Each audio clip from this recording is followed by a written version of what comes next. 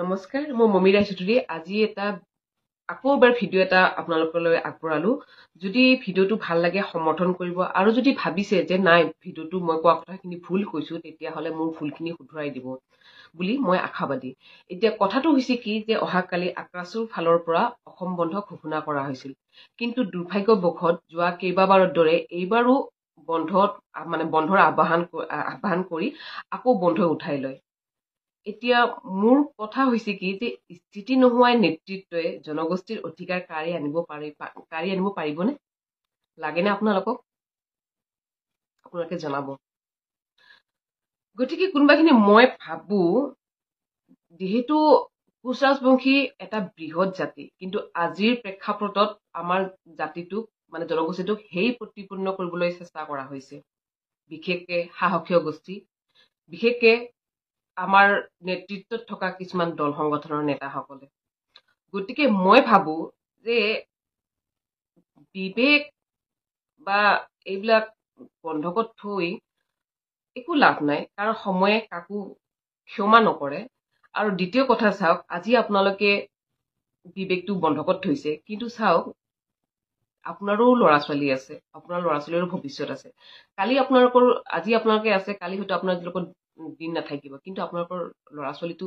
জীয়াই থাকিব লাগিব ন তেওঁলোকে কি বুলি পৰিচয় দিব যদি আমাৰ পৰিচয়টোৱেই নাথাকে গতিকে মই আজি অকমান একচুৱেলি ভাবুক হৈ গৈছো মোৰ বেয়া লাগিছে যে আমাৰ অৱস্থাৰ শোচনীয় ৰূপটো দেখা পায় বা আমাৰ নেতৃত্বত থকা লোকসকলে কিয় বাৰু তেওঁলোকে ভালকৈ দকৈ চিন্তা নকৰে যে আমাৰ জাতিটো কোনফালে গতি কৰি আছে সেইকাৰণে এটা সৰু ভিডিঅ' বনালো কথাটো মই ক'ব বিচাৰিছো কি যে কোচ ৰাজবংশীসকলক আমাক জনজাতিৰ মৰ্যাদা দিয়াৰ দাবীত আৰু জনগোষ্ঠীৰ ভাষা সংস্কৃতিৰ উত্তৰণৰ বাবে এক শক্তিশালী গণ জাগৰণৰ প্ৰয়োজন আছে বুলি মই ভাবো আপোনালোকে ভাবেনে যদি ভাবে ৰাইজ সকলোৱে ঐক্যবদ্ধ হওঁ আহক সকলোৱে ঐক্যবদ্ধভাৱে ওলাই আহি মাতো আহক আমাৰ ন্যায্য প্ৰাপ্য দাবী আমাৰ অধিকাৰ জনজাতিকৰণ দিয়াৰ ক্ষেত্ৰত আমি সকলোৱে আগভাগ লওঁ আহক কাৰণ কয় নহয় ঘৰ এখন বনাব হলে আপোনাক বেলেগৰ মানুহে ঘৰ বনাই কেতিয়াও নিদিয়ে বা ঘৰ সজাই কেতিয়াও নিদিয়ে ঘৰ সজাব হলে কোনে প্ৰথম দায়িত্ব ল'ব লাগিব নিশ্চয় ঘৰৰ মানুহকেইটাই নৈতিক দায়িত্ব গ্ৰহণ কৰিব লাগিব গতিকে মই ভাবো অকল দল সংগঠনৰ ওপৰত আমি আশা নকৰি আমি যদি নিজে প্ৰত্যেকজন কোচ ৰাজবংশী জনগোষ্ঠীৰ লোক যদি যদি ওলাই আহো নিশ্চয় আমাৰ যিবিলাক আশা আছে যিবিলাক আমাৰ দাবী আছে নিশ্চয় পুৰা হ'ব কাৰণ চাওক কোচ ৰাজবংশী জনগোষ্ঠীটো ইমান কমজোৰি নহয়তো বা কোচ ৰাজবংশীৰ এই জনগোষ্ঠীৰ লোকসকল শৰীৰত পানী লৈ জীয়াই থকা নাইতো চিলাৰায় বংশধৰ পৰিয়ালৰ আমাৰ গাত চিলাৰায়ৰ শৌৰ্য বীৰ্য লৈ আমি জীয়াই আছো বা জন্ম হৈছো গতিকে আমি কাপুৰুষ জাতি নহয় কোনোবা দিল্লীৱালাৰ ভয়ত বা কোনোবা সাহস গোষ্ঠীৰ ভয়ত আমাক নিজকে শেষ কৰি দিম নিজকে বিক্ৰী কৰি দিম আঁঠুকাৰি বহি থাকিম গতিকে মই ভাবো ৰাইজ সকলোৱে ঐক্যবদ্ধ হওঁ আহক যিমান কেইটা দল সংগঠন আছে সকলোকে মোৰ বিনম্ৰ অনুৰোধ যে সকলোৱে ঐক্যবদ্ধ হওঁ আহক হৈ ওলাই আহি আমি আমাৰ জনজাতিকৰণৰ দাবীত আমাৰ যিটো সমস্যা সেই সমাধানত আমি সকলোৱে ঐক্যবদ্ধ হওঁ মাতো আৰু এইখিনিতে মই কেইটামান কথা ক'ব বিচাৰো যে চাওক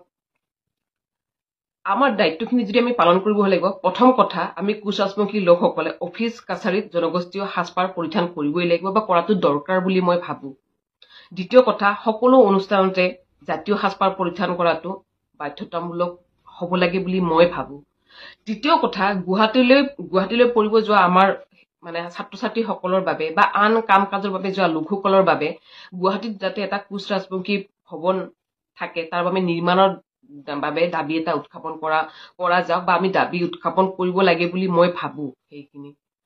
চাওক আজি যেনেকে গুৱাহাটীৰ বড়োলেণ্ড ভৱন আছে তেনেকে আমাৰ জনগোষ্ঠীটোৰ নামত এটা ভৱন হোৱাটো সেইটো আমাৰ দৰকাৰ বা কি দাবী জনাব লাগে বুলি ভাবো সেইটো যুক্তিসংগত বুলি ভাবো গতিকে মই এইকেইটা কথা লৈ আপোনাৰ ওচৰত এই ভিডিঅ'টো বনালো আশা কৰো আপোনালোকে নিশ্চয় সঁহাৰি দিব বা ভাল পাব যদি মই আকৌ কিবা কাৰোবাক উদ্দেশ্য কৰি গাত লগাই কথা কৈছো মোক ক্ষমা কৰি দিব মুঠতে এটাই কৈছো ৰাইজ কোচ ৰাজবংশী জনগোষ্ঠী হওক আমাৰ লোকসকলক কৈছো সকলোৱে ওলাই আহক খালি ডিঙিত গামোচাখন লৈ বা আজি পাতানিখন পিন্ধিয়ে তেনেকে জাতি এটা ৰক্ষা নহয় জাতি ৰক্ষা কৰিবলৈ হলে স্বতঃস্ফূৰ্তভাৱে কোচ ৰাজবংশী জনগোষ্ঠীৰ ৰাইজসকল ওলাই আহিব লাগিব তেতিয়াহে দিল্লীয়লাই কঁপিব, নহলে না দিল্লীয়লাই কঁপিব না আমাৰ সাহস গোষ্ঠীয়ে কঁপিব অসমত। এইখিনি ক'বৰ কাৰণে মই ভিডিঅ'টো বনালো। নমস্কাৰ অসমবাসীৰে, দণ্ডৱত মোৰ কমতাপুৰ বাসীৰে।